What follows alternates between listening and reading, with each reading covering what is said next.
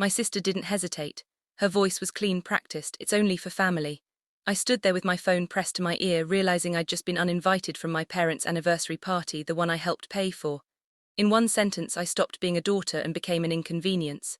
I didn't argue, I didn't cry. I felt something colder settle in, because if I wasn't family anymore, I wasn't obligated either. And the choice I made next would unravel everything. They thought they controlled. Before I tell you how it unfolded, tap like, comment where you're listening from. If you felt erased, share it. My name is Larissa. I'm in my mid-30s and I make my living as a freelance photographer. Nothing flashy, no company name worth dropping, just me, my camera, and long hours chasing light that feels honest. I've always liked work where results speak quietly for themselves. Maybe that's why my family learned early on that I wouldn't make noise even when I was carrying more than my share. From the outside, my family looked steady, respectable, the kind neighbors described as close. Holiday cards on the fridge, framed photos lining the hallway, smiles that knew how to hold for just long enough. Inside, though, roles were fixed early. My sister was the one everyone talked about. Talented, charismatic, the center of every story. My brother was the planner, the voice of reason, always explaining why things were the way they were. And then there was me, reliable, quiet, the one who made problems disappear without asking to be seen doing it. Money was how I helped, not because anyone demanded it outright, but because the need was always implied. A message about repairs that couldn't wait, bills that stacked up faster than expected, a rough patch that would only be temporary. I sent payments the way some people send apologies, quickly, instinctively, without wanting credit. Every transfer felt like proof I belonged. Like if I kept the foundation solid, no one would question my place in the family. Gratitude came in small doses, a brief thank you, a soft "you're a lifesaver," then the subject would change. No one asked how it felt to always be the one filling the gap. No one wondered what it cost me to stay that dependable. I told myself that's just how families work. Someone has to be the steady one. When my parents' anniversary started coming up, I heard about it sideways. Not from them, not from an invitation, just hints, a comment about dates, a remark about how everyone would be together. I assumed my name was already included the way it always had been. Why wouldn't it be? I'd helped cover the costs. I'd supported them for years. I was their daughter. That assumption lasted right up until it didn't. Right up until I realized I wasn't part of the picture they were celebrating, and that realization didn't hit all at once. It crept in quietly, the way truth does when it's been waiting for you to catch up. By the time I understood what was really happening, it was already too late to pretend this was just a misunderstanding. The weeks leading up to the anniversary moved strangely. Nothing dramatic happened at first. No arguments, no blow-ups, just small requests spaced close enough together that I felt them before I questioned them. My sister texted one afternoon, casual as ever. She needed help covering travel costs for a relative. "It's not much," she said. The number wasn't outrageous, but it wasn't small either. I stared at the message longer than usual. Something in me hesitated, not because I couldn't afford it, but because I was tired of pretending these asks were temporary. So I said no. Just one word, no explanation, no apology attached. The reply came fast, not angry, disappointed, the kind that's meant to bruise quietly. She told me she didn't expect this from me, that everyone was counting on things going smoothly, that I was putting unnecessary stress on our parents during an important time. The guilt slid in on. Reflex, I almost gave in, almost, but I didn't. That's when the temperature changed, calls slowed, messages became shorter. When I reached out, conversations ended quickly, wrapped in politeness, so thin it felt sharp. I told myself I was imagining it. Families go through phases, people get busy, but the silence had weight, it pressed in steady and deliberate. A few days later, I finally asked the question I'd been circling. I called my sister and mentioned the anniversary directly. Said I wanted to confirm details, dates, location, simple things. There was a pause, not a dropped call, not bad service. A pause long enough to say she was choosing her words. Then she said it again, "It's only for family." She didn't raise her voice, she didn't explain. She said it like it was obvious, like she was reminding me of something I should have known all along. I remember looking at my hand while she spoke, noticing how tightly I was gripping the phone. My knuckles had gone pale. I asked her what she meant. Another pause, then something sharper. She said it wasn't personal, that space was limited, that decisions had already been made. She said my parents wanted a simple celebration. She said a lot of things without saying the one thing that mattered. I wasn't invited, not forgotten, not overlooked, excluded. After the call ended, I sat in my car with the engine off, listening to the faint hum of traffic nearby. I replayed the last few years in my head. Every payment, every late-night conversation where I reassured them things would be okay. Every time I stepped in so no one else had to feel uncomfortable. I thought about the guest list I'd heard mentioned. The people who made the cut, friends, relatives, neighbors, people who hadn't helped keep the lights on. That's when it landed fully. I hadn't been funding a family. I'd been financing a version of it that didn't need me present. I wasn't a daughter in that picture. I was a line item, useful, silent, replaceable, and once I saw it, that clearly I couldn't unsee it. What broke me wasn't the party. It was understanding that this wasn't a mistake. It was a choice, one they were comfortable making. That night everything went quiet in a way I wasn't used to, not the comforting kind of quiet. The kind that makes you notice the hum of the fridge, the tick of the wall clock, the way your own breathing sounds unfamiliar when no one else is asking anything from you. I didn't cry. That surprised me. I kept waiting for the wave to hit, the anger, the sadness, the urge to explain myself to someone who might finally understand. It never came. What settled in instead was a clear, almost clinical calm. I sat at my desk and opened my laptop, not to work but out of habit. The screen glowed back at me with half-edited photos, light and shadow. People framed carefully so you could see who they were without being told. I realized I'd been doing the opposite in my own life. Overexposing myself so others could stand comfortably in the frame. I closed the laptop. For the first time in years, I didn't think about what I owed anyone. I thought about what it would feel like to step out of the role I'd been cast in. Not dramatically, not angrily, just quietly. The realization came fully formed: if I wasn't family to them, then I didn't need to keep performing like I was. I didn't need to argue that point. I didn't need permission to stop. I packed slowly. Not like someone running away. Like someone being deliberate. Camera first, the good lens, a couple of memory cards, clothes that felt like me, not like someone visiting out of obligation. I lined everything up on the bed and noticed my hands weren't shaking. I called my best friend. She picked up on the second ring. I told her I was leaving town. I didn't explain why. I didn't have to. She asked where. I said Paris, surprising myself with how easy it was to say out loud. She didn't laugh. She didn't question it. She said she'd help me book it and told me to send my dates. That was it. No speeches, no advice, just support. Later, as I zipped the suitcase closed, I felt something shift. I wasn't choosing distance to punish anyone. I was choosing space so I could hear myself think again. The difference mattered.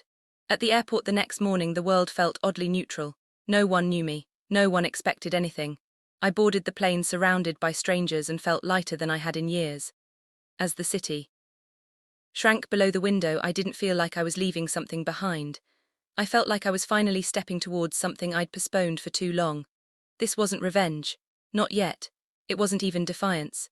It was the first boundary I'd ever set without explaining myself. And once that line was drawn, I knew things wouldn't go back to the way they were, because the version of me that kept everyone comfortable at my own expense didn't fit anymore. The anniversary weekend arrived quietly for me. Paris. Woke up without knowing anything about my family. Lights slid between buildings. Scooters rattled past cafes setting out chairs. I stood at the window of my small hotel room, coffee warming my hands, and felt something unfamiliar settle in permission. No one here needed anything from me. No one was waiting to see what I would cover, fix, or smooth over. Back home, the party was already in motion. I didn't see it, but I could picture it perfectly. My mother would have insisted on white linens. My father stand a little too stiff in his jacket, smiling for photos. The room would be filled with people who knew our family just well enough to admire it. A band in the corner, glasses clinking, laughter rising and falling on cue, and one chair missing. I hadn't planned anything dramatic. That part matters. I didn't wake up intending to make a statement. I didn't craft a message or rehearse a line. I went out that afternoon and did what I always do when I'm somewhere new. I walked until something caught my eye. The river looked like brushed metal under the late sun. Couples leaned against the railing. A street musician tuned his instrument, testing notes softly. I lifted my camera and followed the light frame by frame. I wasn't trying to capture perfection. I was looking for honesty. Later, back in my room, I edited a few shots. Nothing heavy, no captions explaining my choices, no references to home, just images of where I was and how it felt to breathe there. When I posted them, I wrote a simple line about chasing quiet moments and letting joy take its time. That was it. I put my phone down and went to dinner alone. The restaurant was small, tables close together. The smell of bread and butter hung in the air. I ate slowly, listening to conversations I didn't understand, watching people live their own stories without intersecting with mine. For once, solitude didn't feel like absence. It felt like space. Back at the party, my absence started to echo. At first, it was subtle. A cousin leaning over to ask my mother where I was. A neighbor glancing around the room, confused, someone assuming I'd arrived late. My mother smiled through it, offering vague answers. She's busy, work stuff. The kind of explanations that sound reasonable until they don't. Then someone pulled out their phone. My post reached the room without context. Paris at dusk, coffee by a window, light falling exactly where it should. The question didn't come out loud right away. It passed from person to person. Soft but persistent, "Why isn't she here?" My sister noticed the shift before anyone said anything directly. She kept adjusting things, straightening place cards, checking on the band, smiling too brightly. Control was her comfort and control was slipping. By the time dinner was served, the room had changed temperature. Conversation stalled. Laughter didn't land the way it was supposed to. Someone asked my mother outright why her daughter wasn't celebrating with them. My mother's answer wavered. She smoothed it over, but the cracks were visible. I didn't know any of this yet. I was walking back to the hotel, the city warm around me, when my phone started vibrating. I let it ring. The second call came seconds later, then a third. I stopped on the sidewalk and watched the screen light up. Home. I didn't feel panic. I felt curiosity. I waited until the call stopped before I went inside. The first message was from my mother. Short, urgent. She asked me to call her as soon as I could. No explanation, just a plea wrapped in politeness. I waited. When I finally answered, her voice cracked before she finished saying my name. She told me people were confused. She said guests were asking questions. She said things were getting out of hand. I listened without interrupting, leaning against the window, watching headlights move along the street below. Then she said it. She said my post had caused a scene, that people were talking, that some had left early. She asked why I would do this to them. I asked her what exactly I had done. There was a pause. She said I knew what she meant, that I should take it down, that I should help them smooth this over. I didn't raise my voice. I didn't accuse her. I just said I hadn't mentioned the party. I hadn't mentioned them.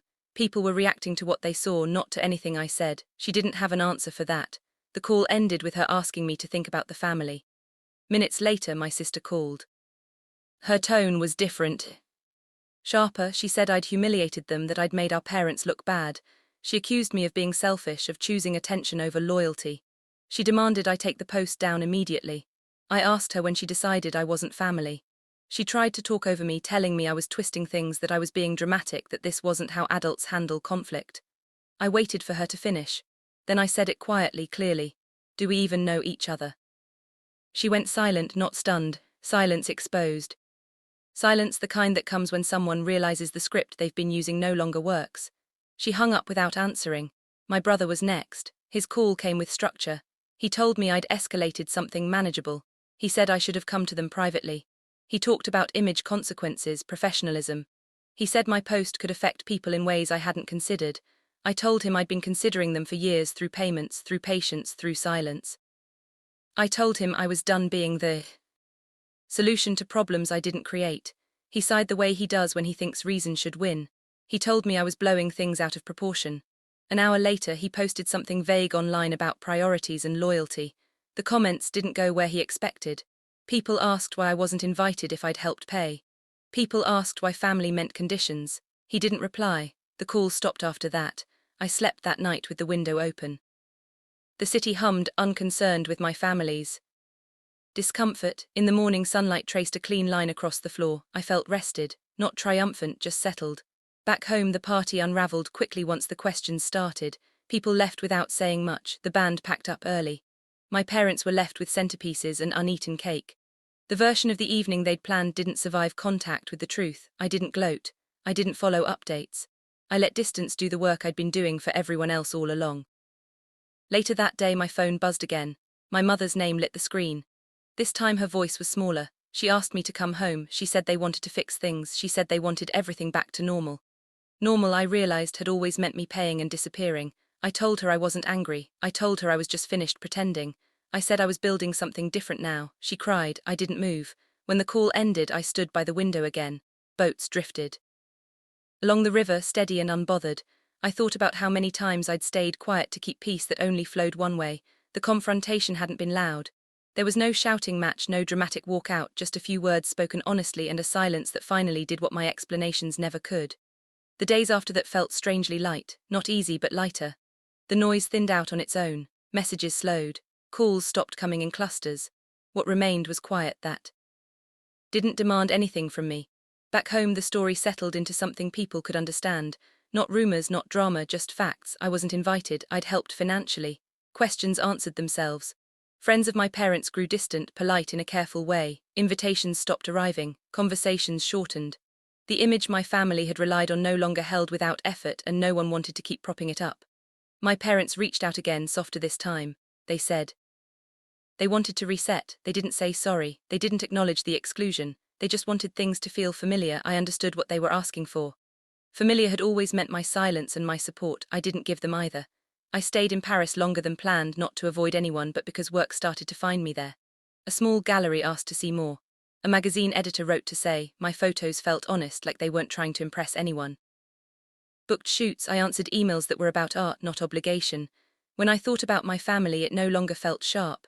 It felt distant, like an old role I'd outgrown. I hadn't destroyed anything. I'd stepped out of a pattern that erased me. Peace didn't arrive with applause. It arrived quietly in mornings that belonged to me and work that asked for vision instead of sacrifice.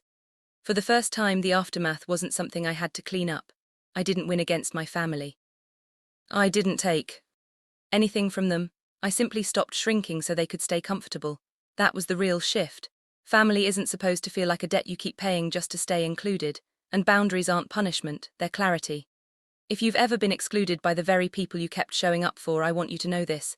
Choosing yourself doesn't make you cruel, it makes you accurate. If you enjoyed the story, hit like, drop a comment, and subscribe for the next chapter.